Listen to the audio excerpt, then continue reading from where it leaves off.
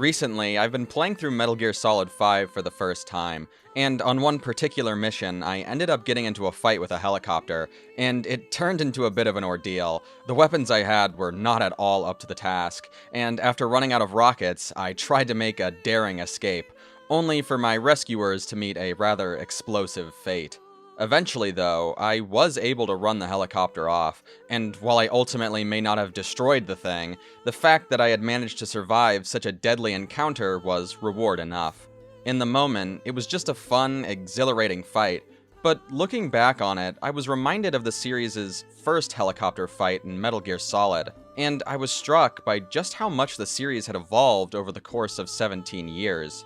If you directly compare both fights and games, the differences are enormous. Most obviously, the graphics in the first game are simple and highly pixelated. They're only used to convey the idea of things, rather than directly resemble them, whereas Metal Gear Solid 5 is the complete opposite.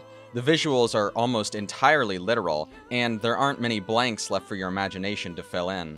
In terms of gameplay, though, the biggest difference between both games are their cameras. In Metal Gear Solid, the camera is positioned at a fixed angle overhead, but in 5, it orbits around Snake and can be controlled by the player. This makes it easy to keep track of the helicopter since you can just look at it, but in the first game, you don't have that luxury, and instead you have to follow this little dot on your radar in order to keep track of where the helicopter is, which is far more cumbersome. You do get to shoot your rocket launcher from a first-person view, but your aim always starts at Snake's eye level, giving the helicopter ample time to shoot you while you adjust your aim. In Metal Gear Solid 5, this isn't a problem. You first get an over-the-shoulder view of what you're aiming at, and then you can zoom in further. But hey, both fights are at least fought the same way, right? You duck behind cover in order to avoid being shot, and then jump out and shoot the helicopter with a rocket. And yeah, that is one way to fight a helicopter in MGS5. Or you could fight it in a tank, or on a horse, or you could call in your own helicopter and have a helicopter duel. Or you could put a bunch of C4 in a truck, wait for the helicopter to drive over it, Fulton the truck, and then sit back and watch the ensuing catastrophe.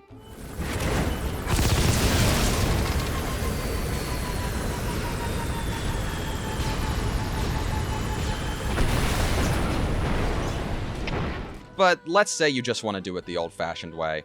Even then, you still have way more options. In the first game, you're forced to fight this helicopter on a small roof. But in MGS5, I could have fought this helicopter anywhere. The game has a big open world for the player to run all around in, and if you don't like the place you're currently fighting in, you can go find a better one.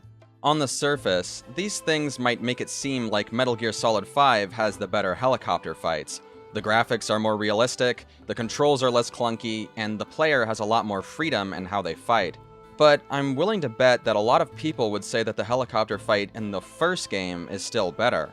Why?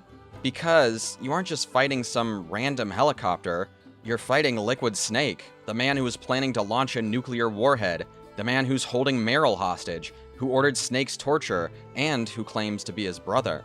This isn't just any old fight, it's a confrontation between two rivals, and the way it plays out is of vital importance to the plot of Metal Gear Solid.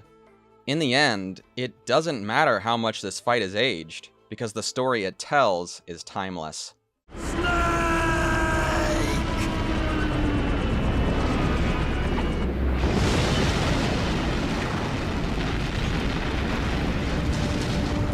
See you in hell, Liquid.